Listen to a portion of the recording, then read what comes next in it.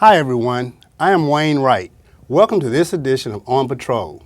On today's show, we'll be discussing community involvement and how we can preserve communities through code enforcement and crime prevention. Joining us will be Alvin Reynolds and Jermaine Johnson. We've got a great show coming up, so stay with us. We'll be right back.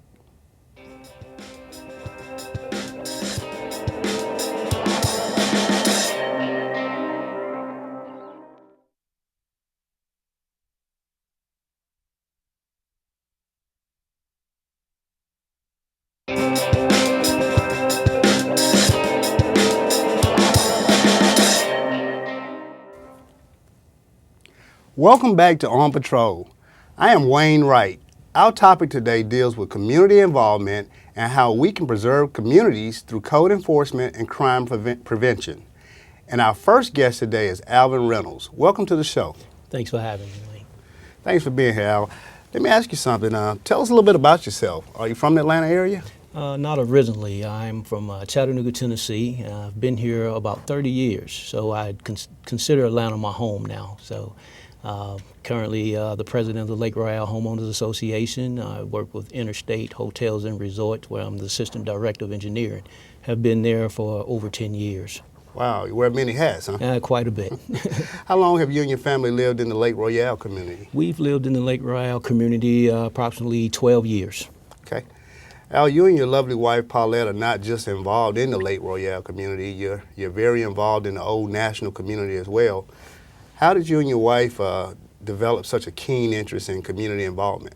Well, me and my wife, we could say that we came up in an era where it takes a village to raise a child, so that concept flowed, throughout our life. And when we moved into the Lake Royale community, we felt like that we could serve and give back. That was one of the things that we talked about quite a bit, not just staying within ourselves, but getting out and getting involved. Right. You mentioned you're from Chattanooga, Tennessee. Coming to the Atlanta area, that's a totally different market in terms of size and density.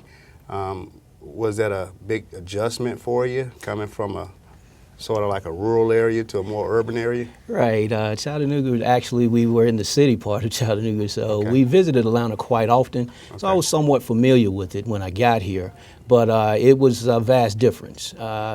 Very encouraging, a lot to do in Atlanta, kept me busy, and really enjoyed coming here when I did in the latter years.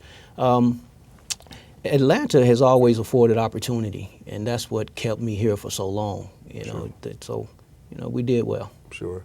Well, I tell you, being involved in community is kind of taxing, and it's demanding on your time. How do you and your wife balance your careers, parenting, community involvement, while maintaining your sanity all at the same time? Very careful, I must say, very careful. There are times where I have to slow my wife down, but we support one another. We get together and we talk about the community, our lives, and whenever we could share time together, whether it be meetings and whatever, we take that time and use it as personal time. But for the most part, just supporting one another in all our endeavors. Right. I think that's a great recipe for success and, being involved in the community. Tell us a little bit about being president of your homeowners association. Just what are the duties and responsibilities that go along with being a president of a homeowners association? Well, those duties are a vast number of things. We take care of the community to the point to where we bring information about code enforcement, community activity, the commissioner meetings and so forth, things of that nature. Most of all, keeping them informed of crime that's in the community, scheduling, crime prevention, and making sure that they're just abreast of all the things that goes along with a community in its whole. Really? I know you mentioned you've been here for about 30 years. How long are you guys the original homeowners in Lake Royale? We are the original homeowners there in Lake Royale. So you were there from its inception? Yeah, I think the homeowners, Lake Royale was developed a couple of years before we got there, but you can pretty much say, yeah, we were there since its inception. Okay. We've seen it grow. We've seen it turn. We've seen it just take different turns throughout the years. but all in the same state. Stay committed and know that it's a great place to live. Right. Well, you know, I salute all presidents of homeowners associations, but Al, I must say you and your wife are very active in showing up at those board of commissioner meetings, those zoning appeal hearings, all those things that are important towards sustaining our environment and our communities that we live in. How do you get information out to your homeowners? How do you communicate and keep them abreast of community issues? Well, there are certain things I have to say that we have a very good staff. Our board, if I could mention a few names, Sure. Mr. and Mrs. Shirley and Melvin Harris, who've been there from day one, Harvey Butler, you know, the list goes on. Miss Jo Albert, Mary Tanner, who's our secretary, Vincent Powers, the treasurer, Sean Jones, and a lot of homeowners out there, you know, they just help us. You know, they help us get things done through flyers, calling posts, emails, community functions, monthly meetings, quarterly meetings, and so forth. Right. That's very important to have a strong support staff when you're trying to sustain a viable homeowners association. And by the way, I was going to get on you if you left Sean Jones. What percentage of your homeowners are actively participating in your homeowners association? You know, oftentimes I'll do a lot of community meetings, and when I show up to do those meetings, there's only a few individuals there, but the density of the subdivision is much greater than the turnout. Right. So what percentage of participation of homeowners do you guys have in Lake Royale? Well, our participation is around the 70 percentile mark, which we're striving to get to that 100 percentile mark by year's end. Although we understand that time and scheduling prevent people from coming to meetings and so forth, but you know, yet and still, they're still active. They're still yet involved by calling, wanting to be informed, by reaching out to us through emails and so forth. But to answer the question, about 70 percentile. Right. You know, I mentioned earlier that you're not just involved in your community, but you branch out into the business community on Old National also. There's a lot of development coming in on Old National Highway. What's your take on that? Are you glad to see the development that's coming in along the corridor? You think that's something that's going to be a plus for the community? Yeah, you always want to see development in a positive aspect.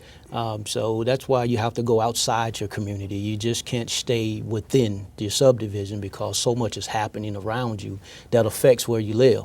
The development that is going on up and down the Old National Corridor is great. And so that we want to make sure that it's a benefit to the communities around. We want to make sure that everybody is getting involved with that development and making sure that people are abreast to what is going on, the stores that are coming in, how are they going to support the community. So you know, that's one thing that we strive on is how we can interact the community and business development as well as with the county together. Right. You know, yourself and your community, Lake Royale community, have been a constant presence at our code board hearings, our environmental court hearings, magistrate court hearings, and you had the opportunity to witness firsthand our legal process. How do you think we can go about encouraging the other people in the community, other citizens, to do the same thing? Well, one way we talked about that, and we came up with an idea that possibly we could do some forums, whether it be semi-annually or annual, to inform people about the political process that goes on and get them involved firsthand so that they can see exactly what's going on. You know, a lot of times we go back and take that information to them about what happened in court and so forth. I think that a lot of times too, they want to hear from you guys, you know, as to the outcome or where we are with certain properties and so forth. And it just helps them out in a whole to be comfortable and to know that people are working on their behalf. Sure. It has a lasting effect. You know, anytime the judge can look out or the code board members can look out and see community presence in the courtroom, it has a significance on the case itself. Most recently, you guys had the opportunity to sit in on the case that had been nagging your community for a long time, and we finally got some resolution to it, but I firmly believe that based on your presence in the courtroom, it had a lot to do with us adjudicating that case. Absolutely. That's one of the messages that we took back to the community is the presence, being there, has an effect of the outcome. At one point, that was only one or two maybe showing up, but this time around, we got the community behind us and involved in it more so. And it made a difference, and we were greatly appreciative to that. For sure. Well, Al, it's been a pleasure having you on the show today. Once again, I salute you. I applaud you and your lovely wife, Paulette, for all you do in the community, as well as the rest of the Lake Royale community. And just keep up the good work in the community. We'll do it. Thank you so much for having me. Thanks for being here. Yeah. Okay. When we come back, we'll talk to Jermaine Johnson. Stay with us.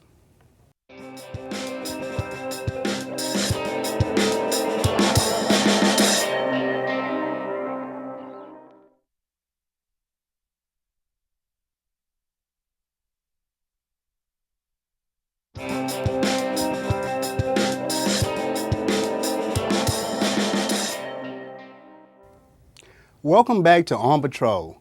I am Wayne Wright. We're now joined by Jermaine Johnson. Welcome to the show. Pleasure. Thanks for having me. Well, I tell you, Jermaine, the Superman of community action is what I like to refer to you as. Tell us a little bit about yourself, Germaine. I understand you're from Alexandria, Virginia. Yes. How'd you get to the Atlanta area? Well, I lived in Alexandria, Virginia, which is a suburb of Washington, D.C., about 7 miles away. I lived there for about 15 years. Moved to Georgia in 1990, Brunswick, Georgia, and then moved on to Savannah. And after graduating college, obtained my degree in psychology, minor in sociology. I moved to the Atlanta area in 1999 to attend graduate school. Okay. Where'd you go to undergraduate school? Undergraduate school was at Armstrong Atlantic State University in Savannah, Georgia. Okay. Well, good. How long have you lived in the Woodward Estates community? A little over 10 years. I purchased my first home there back in 2002. Well, Jermaine, I tell you, we know firsthand that you're very passionate about serving your community.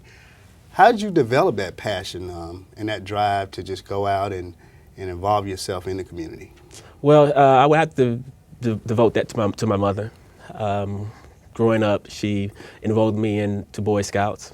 As well as Cub Scouts. On to high school, I attended ROTC at 2 different high schools.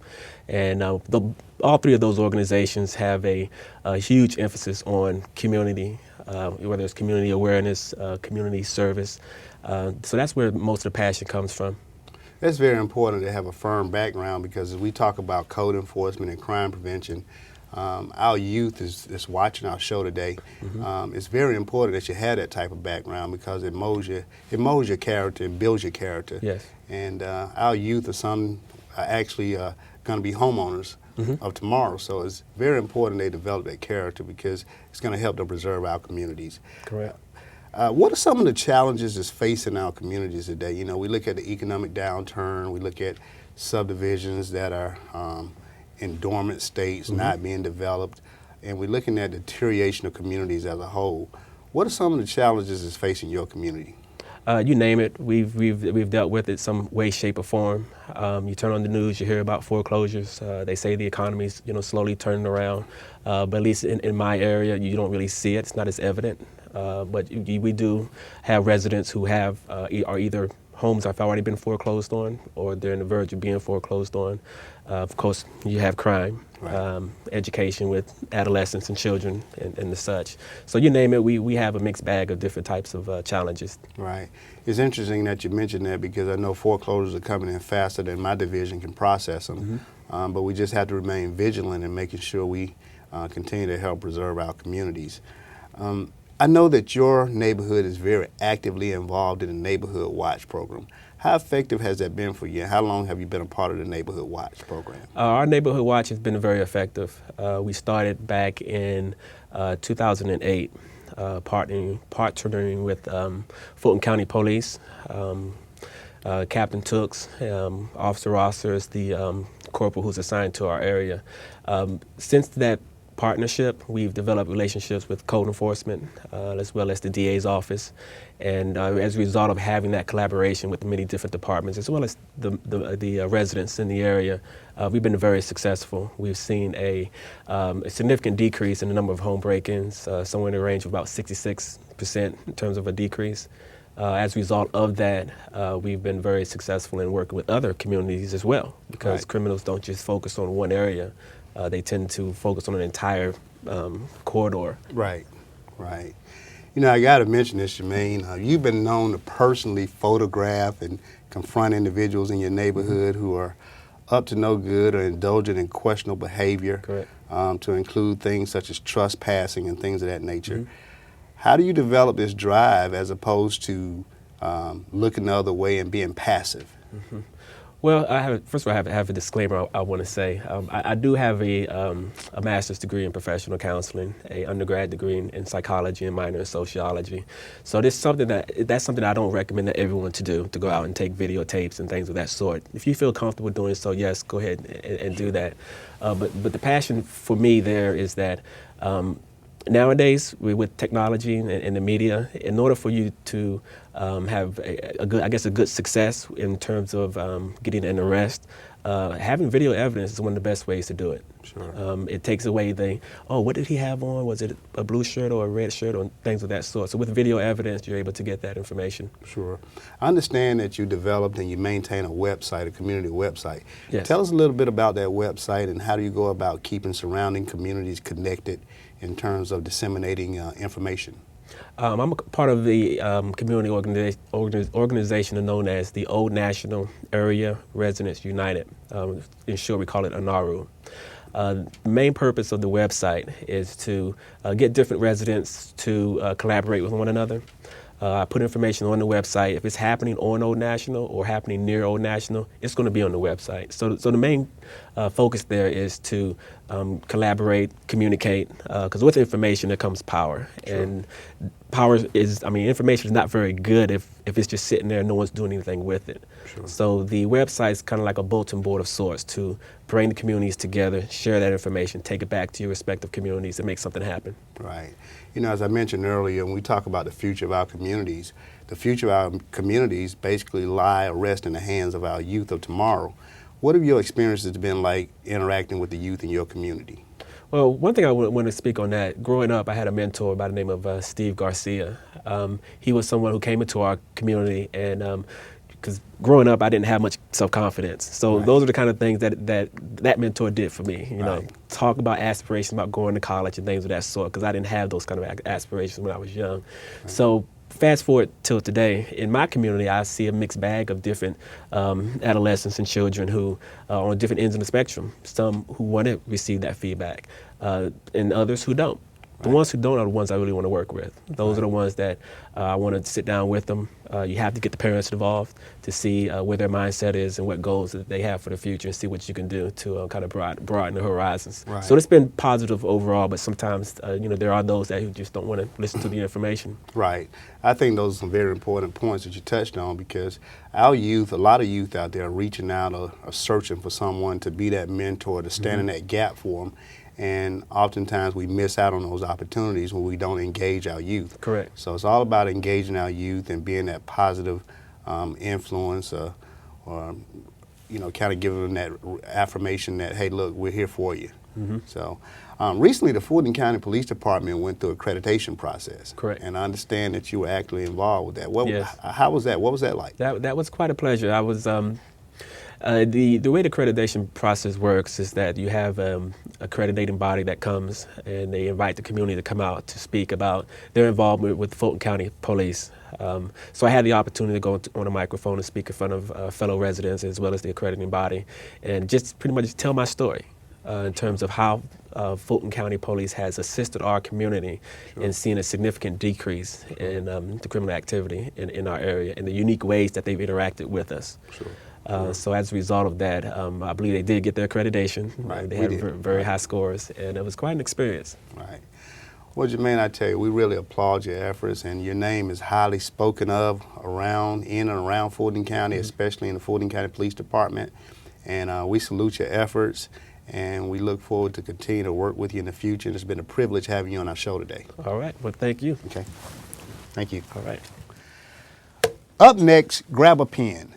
We'll have details on how you can report these types of code enforcement issues in your community. Stay with us.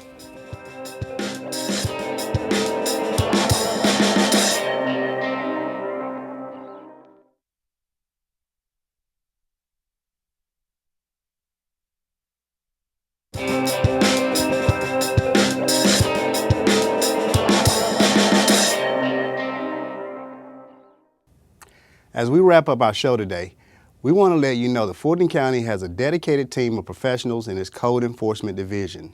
Each employee is determined to keep the community in which it serves clean and by all means up to code. But we can't do it alone.